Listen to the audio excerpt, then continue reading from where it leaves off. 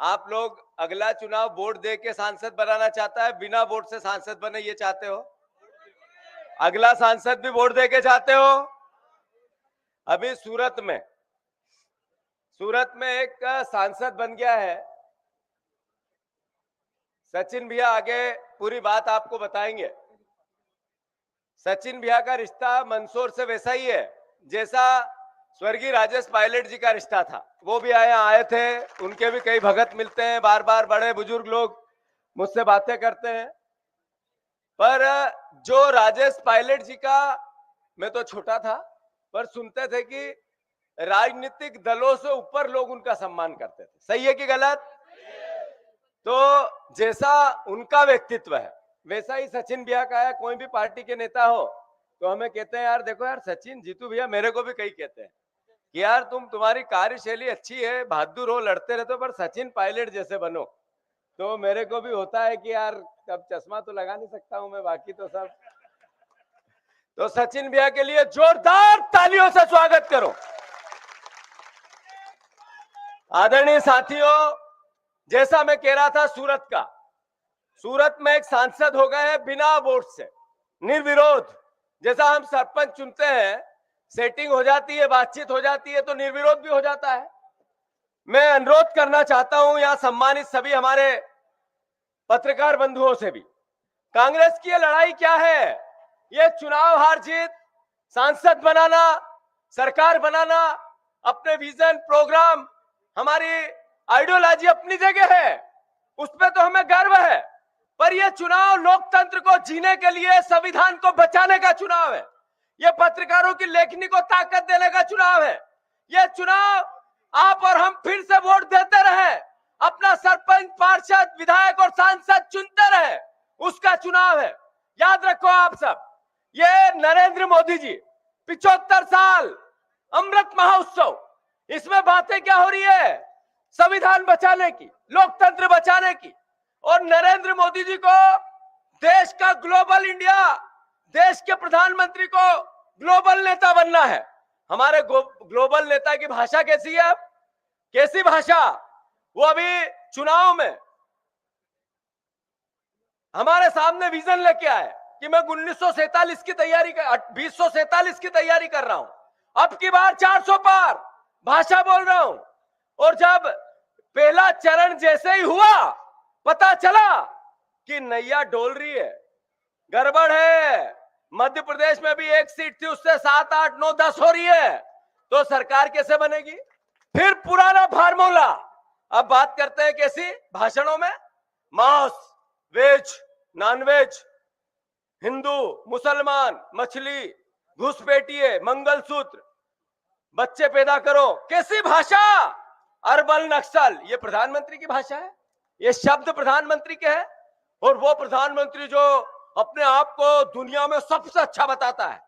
साथियों, मैं इतना ही कहना चाहता हूं आपको, 2014 की बातें याद रहनी चाहिए, जिसमें उन्होंने कहा था काला धन, ज्यादा लंबा नहीं करूंगा, उन्होंने कहा था स्विस बैंक 15 लाख, महंगाई, किसानों की डबल इनकम, 2 करोड़ रोजगार, गंगा की सफाई, चाइना को लाल आंख करके दिखाऊंगा, चाइना ने कब्जा कर रखा है। उन्होंने कहा था 5 ट्रिलियन डॉलर की अर्थव्यवस्था बनाऊंगा, 5 ट्रिलियन से ज्यादा कर्जा हो चुका है। उन्होंने कहा था डॉलर के मुकाबले रुपए की कीमत बढ़ाऊंगा, 85 हो गया 58 से। याद रखो, लोगों ने उन पर भरोसा किया, कोविड में अपने परिजनों को खोया, फिर भी ताली बजाते रहे, थाली बजाते रहे, लाइट जलाते रहे। सही है कि गलत? इतना भरोसा किसी व्यक्ति पे देश करे और फिर वो नफरत की बात करे, ये शोभा देता है? ये भारतीय जनता पार्टी ने हमेशा कभी भी देश के संविधान को नहीं माना, देश के तिरंगे को नहीं माना। इन्होंने किसानों से अभी 23 में लोग विधानसभा के चुनाव में कहा था, जब हम 3000 की डिमांड कर रहे थे, बार बार कह रहे थे किसान किसी पार्टी का नहीं होता है, ये भगवान जैसा है, इसको कांग्रेस बीजेपी में मत बांटो और इसके 3000 रुपया कुंटल किसानों के गेहूं करो। याद है आप लोगों को? अरे याद है या नहीं है? तब मुख्यमंत्री मेरी मजाक उड़ाते थे, बीजेपी के लोग मेरी मजाक उड़ाते थे, मेरे पे हंसते थे, पर उनको पता था जीतू पटवारी नहीं बोल रहा है, एक किसान का बेटा बोल रहा है, किसान बोल रहा है, डरे। 2700 किया, भाषण दिए, लोगों ने वोट दिए, कर दिए 2700, धान के 3100, बहनों को 3000, टोटल मोदी गारंटी है ना, झूठ की गारंटी। घर घर बताओ, जवान लाओ, बोलो। नहीं बोलेंगे, बोलते के बेर बिकते हैं, पुरानी कहावत है। बीजेपी के पास कुछ नहीं है बोलने के लिए, नफरत फैलाएंगे, घृणा फैलाएंगे, उल्टी सीधी बातें करेंगे। अरे भावना इतनी थी, ऐसी परिस्थिति थी, तो आपको ये बताना था ना देश को कि इस परिस्थिति में भी, जैसा मोदी जी ने कहा था, मैंने 10 साल राज चला लिया, मैं देश को विश्व में नंबर 1 लेके आऊंगा। अरे मिजोरम में हमारी बहनों को नंगा करके दौड़ा रहे इस नए भारत में। नए भारत में ऐसा भारत बनाया आपने कानूनी भ्रष्टाचार बॉन्ड कभी किसी देश में नहीं हुआ। किसी कंपनी को ठेका दिया और उससे बीजेपी के खातों में पैसा लिया, किसी व्यक्ति पर ईडी की जांच हुई और उससे बीजेपी में पहले जमानत से पहले पैसे डलवाए। अरे मध्य प्रदेश में हमारे नेता जो कांग्रेस में थे, जिनका छोटा मोटा रेते का फेते का इसका उसका वेद अवैध काम था, थाने में चले, पुलिस आएगी, पार्टी में आएगा क्या? तो कई लोग चले गए हैं, याद है आप लोगों को? बीजेपी कहती है, संख्या बताती है। मैं उनको कहता हूं कि ऐसे 50, 60, 70 लोग विधानसभा के पहले हमारी पार्टी में आए थे।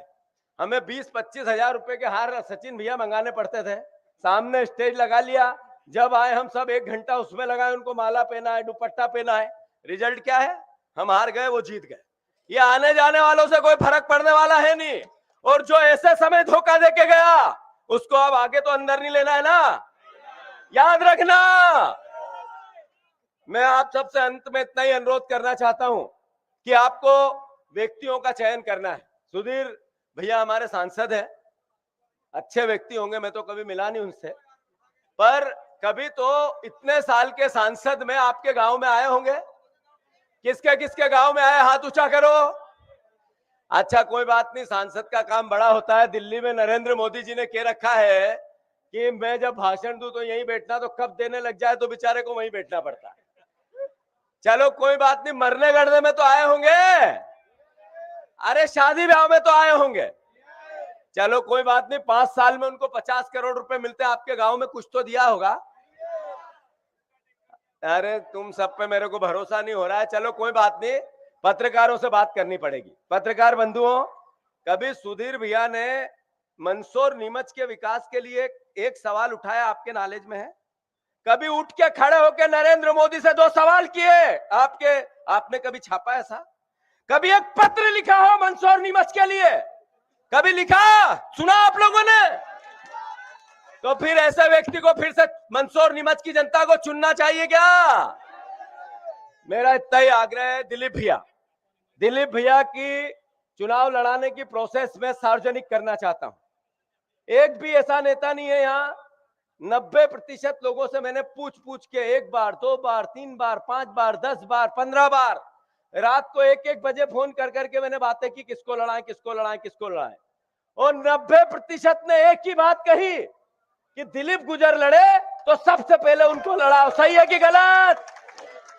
तो ये नियुक्ति कोई कांग्रेस पार्टी ने नहीं की, मैंने अध्यक्ष नाते नहीं की, अरुण भैया और हम सब ने मिलकर नहीं की। इनका चुनाव लड़ाने का जो भावना है मंदसौर नीमच के कार्यकर्ता और नेताओं ने लिया है। अब आप सबकी ड्यूटी बनती है, कितने लोगों को भरोसा है कि दिलीप भैया 100% सांसद बनेंगे? हाथ ऊंचा करो। चलो नीचे करो, नीचे करो, नीचे करो, नीचे करो। मंच पर जितने खड़े हैं, कितने लोगों को भरोसा है 100% हम जीतेंगे? हम मतलब हम, चलो हाथ नीचा करो, हाथ नीचा करो। आप जीतेंगे कैसे? आज से चुनाव के दिन तक, 13 तारीख को है ना, नारा एक ही होना चाहिए, 13 मई बीजेपी, 13 मई बीजेपी। याद रखो इस भावना को और खुद प्रत्याशी बनो। सचिन पायलट जी बहुत महत्वपूर्ण प्रोग्राम, बहुत जिम्मेवारियों के प्रोग्राम छोड़ के आप लोगों के बीच में आए हैं। सिर्फ ये कहने कि मंदसौर का सांसद इस बार कांग्रेस का बने, आप सब खुद अपने आत्मसम्मान और स्वाभिमान से जिए। भारतीय जनता पार्टी ने जो बोला किया ही नहीं। मोदी जी जो बोले झूठ बोले।